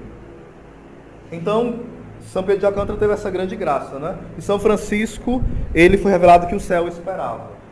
E ele ficou orgulhoso com isso, sim ou não? Não. Ele era humilde. Humilde. Santa Teresa de Ávila Foi revelado para o céu que ela ia ganhar o céu também? Não, mas ela tinha certeza do céu? Tinha. Mas porque a alma dela chegou a uma união tão grande que ela já vivia o céu, entenderam? Não ia ganhar, ela já tinha o céu, né? Ela já tinha. Ela só precisava botar o outro pé, né? Estava com o pé no céu e o outro para entrar no céu. Então os santos que têm uma união maior com Deus que outros, eles já têm essa certeza.